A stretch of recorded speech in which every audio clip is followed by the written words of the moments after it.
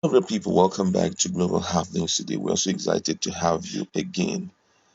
There had been a strong message sent out to IPOB over the issue of no election in Biafra land.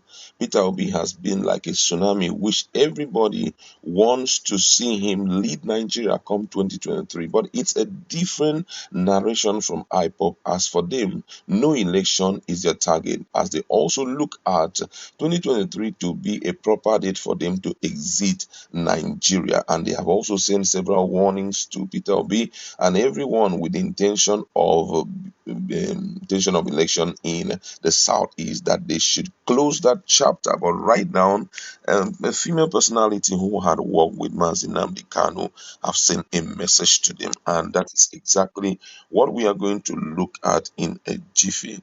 All right, according to the news, the a former press secretary to Nnamdi Kanu, leader of the indigenous people of Biafra, IPOB, Amaka Ekwo, on Tuesday urged the separatist group to support 2023 general election in the southeast.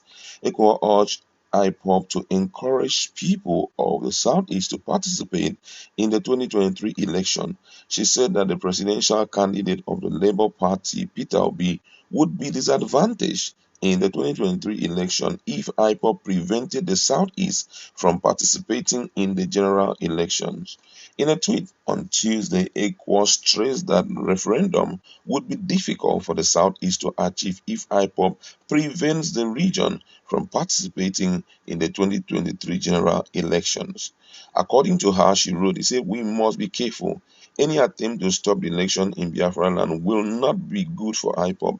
If IPOB puts at Peter Obi at a disadvantage in the coming election, Igbo politicians will never allow #Biafra referendum to take place. They may fight to the end." IPOB. Ekwo also noted that the All Progressive Congress APC-led administration does not respect the rule of law. She added that voters apathy from the southeast means the governing party's chances of retaining power in 2023 are very high. That was what she wrote. And, it is shocking that what is going on against Peter Obi is, or let me say, it's shocking that most of, IPOB members do not want to have anything to do with him. Most of them say the only thing which we want to see is to get our IPOB. And Simon Ekpa, who had been like the lead person, the lead person to IPOP for now. He's the lead person because of much of his involvement. He had sent a lot of messages out to the person of Peter Obi. I'm going to read some of the things he has tweeted. And this one, he says here that we are challenging Peter Obi to public and live debates why we should abandon Biafra and support election. What is he going to do differently, and how will he do it? That's the challenge that they had thrown out to him. And some other persons say that the challenge to Peter Obi to come out for public is uncalled for. Instead, that they should see how they can work together and bring a lasting peace to Southeast, because if there is no election in Southeast, automatically there is no way IPOP can gain what they are looking for.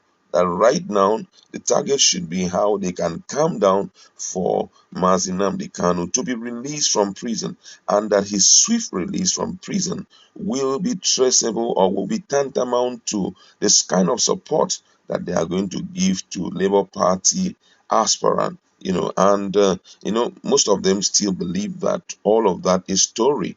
And this one here says, fair enough. Anyway, we are civil and we don't engage in insult.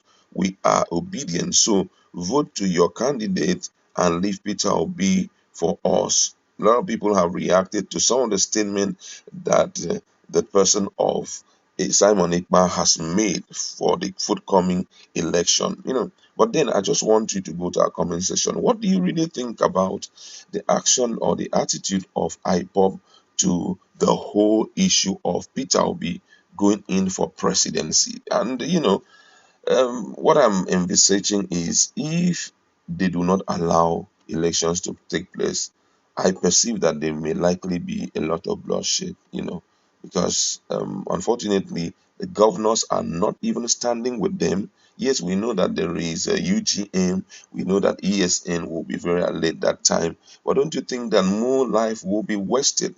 Quite unfortunate to see a lot of things that are happening in the country where some of these people are resident. I was so shocked at the other day when they talked about Finland, and I saw some of the people living in Finland. Most of them were jubilating and they were getting happy because election time in Finland was getting closer.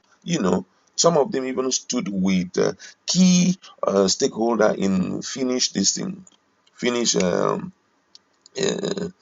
cabinets, and they snapped and they were so happy. The big question is, why then are we not? Why is it that the fight over there for Biafra is not you are not even forgetting about election and standing against election every other way? But here, when we are about to coordinate and create something that will be beneficial to all Nigerians, and then we'll also create an avenue for the rule of law to be valued and good decisions to be made, we are fighting the system. I mean, if we continue to fight and still look for our way and still pursue what is our goal, it may not be easily gotten. Why? Because whether we like it or not, Nigeria is a sovereign nation recognized globally. It is recognized globally, and they are with that sovereignty. They are decisions that are only meant for them to make. So, if, for example, Peter Obi come on board as the president of Nigeria, imagine what will happen when they are close line marking on him on this issue, when they are close line marking on him as it pertains to the development of the Southeast. If there's a close line marking on him on the issue of marginalization, it will be easily solved. Why? Because he is part of the kit and kin in Southeast. So I think wisdom is profitable to direct right now. It's a high time we kind of give up on listening to what people are saying, people who are very comfortable in their own land, what they are saying, and we begin to plan our life with future ahead of us, because these are some of the things that may mess up so many people and get them so bitter, because there are things that they were expecting. Said, oh, before this year it will happen, okay, I have to stand because I intend to be a minister when so thing come and all of it. Till today nothing has happened. Some other people are somewhere enjoying themselves, you know forging a future for themselves.